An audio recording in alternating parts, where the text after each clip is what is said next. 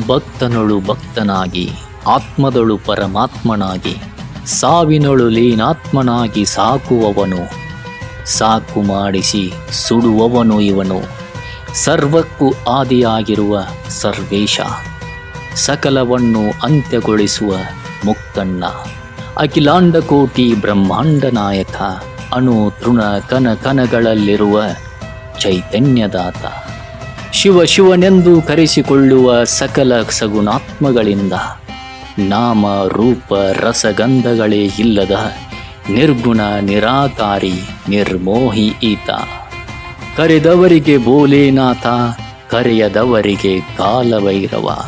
ನಿತ್ಯಂ ಶಿವ ಪಂಚಾಕ್ಷರಿ ಪಠೈತಿ, ಸರ್ವಬಂಧ ಪ್ರಮುಚ್ಯತೆ. ಶಿವಾಯ ನಮಃ, ಶಿವಾಯ ನಮಃ, ಶಿವಾಯ ನಮಃ.